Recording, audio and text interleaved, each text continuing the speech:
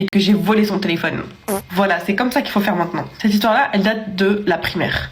Et il faut savoir que j'aimais trop le maquillage quand j'étais petite, jusqu'à maintenant en fait. Et du coup, je volais tout le temps le maquillage à ma mère. Tout le temps. Ma mère, je peux vous dire qu'elle me chicotait. Hein.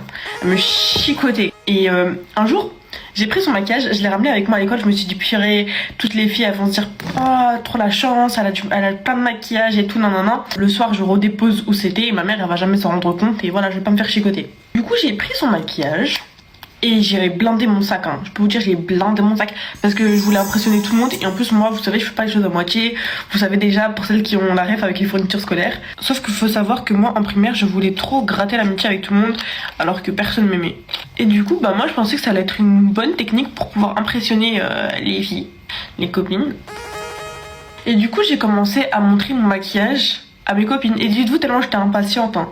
Tellement j'étais impatiente, j'ai même pas attendu la récré ou quoi pour le montrer. J'ai montré pendant le cours. Moi, je commence à sortir mon maquillage, à leur dire ouais, regardez dans mon sac, regardez ce qu'il y a et tout dans mon sac.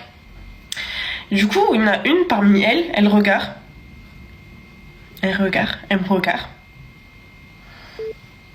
Comme ça. Pourquoi tu lèves la main? Pourquoi tu lèves la main en fait? Je commence à avoir chaud. Parce que j'ai compris que cette fille-là c'était un peu une sorcière. Donc je commence à lui dire s'il te plaît, dis pas et tout. Si tu veux, je te donne du maquillage et tout, mais lui dis pas. Elle en a rien à foutre. Madame, maîtresse. Elle dit Dunia elle a du maquillage dans son sac. Son sac est blindax de maquillage.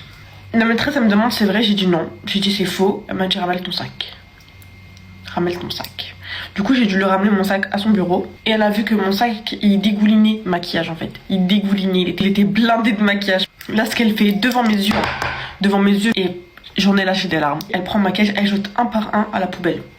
Il y avait des palettes, il y avait des rouges à lèvres, elle jette tout à la poubelle. La poubelle elle était remplie de mon maquillage.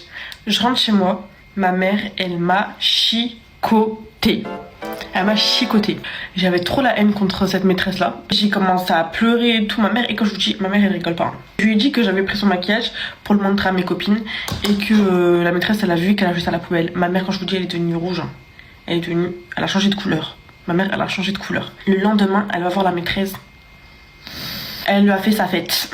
Alors qu'elle avait vraiment pas jeté le maquillage de ma mère. Parce qu'en fait, au bout d'un moment, t'es pas conne. À mon âge, t'as pas de maquillage. Tu sais très bien que je l'ai pris à ma mère. Au moins, tu demandes d'où il sort, tu vois. Si tu veux, tu me le confisques, mais tu jettes pas à la poubelle. Et du coup, cette maîtresse-là, j'avais trop la haine contre elle. En fait, j'avais toujours la haine contre elle parce elle me faisait tout le temps la misère. Je joue des filles et elle m'a fait tellement de trucs. Hein. Ce qui s'est passé, c'est que la semaine même, en fait, vous voyez, quand on allait à son bureau pour qu'elle nous corrige nos exercices et tout, des fois on faisait la queue à son bureau, c'était pas toujours elle qui venait. Du coup des fois on faisait la queue. Et c'est vrai, on fait la queue, moi j'étais au milieu en fait de la queue. Il y avait son bureau. Je regarde, tu sais, il y a son petit téléphone qui est posé. Petit téléphone posé à côté là. Intéressant, non? N'est-ce pas? Je regarde un peu à droite à gauche. La fille à côté de moi me calcule pas. Devant, il ne me voit pas. Elle corrige les exercices. Je me permets une petite pause pour vous dire de vous abonner. Ça me ferait extrêmement plaisir. Moi, dans ma tête, j'ai l'image de quand elle a jeté tout le maquillage de ma mère à la poubelle. Et je me rappelle comment ma mère m'a chicoté à la maison. Moi, en fait, au bout d'un moment... Vengeance, c'est pas vengeance. Je prends son téléphone, je le glisse tout doucement. Mais je vous jure que mon cœur il battait fort quand même. Je veux stresser. Mais je prends son téléphone, je le glisse tout doucement, je le mets dans ma poche. Personne ni vu ni connu, je commence à stresser, je regarde si personne a vu et tout. Personne n'a vu. Quand je vous dis moi je suis arabe dans le sang, c'est que je suis arabe dans le sang. Bref, après elle corrige ma feuille et tout, je vous jure j'étais pas bien. J'avais trop peur, je stressais, je me disais elle va voir que j'ai son téléphone dans la poche et tout, j'étais pas bien. À peine arrivée à où j'étais, à peine arrivée à ma place, à peine, même pas 10 minutes après, même pas 5 minutes après je pense, elle est là.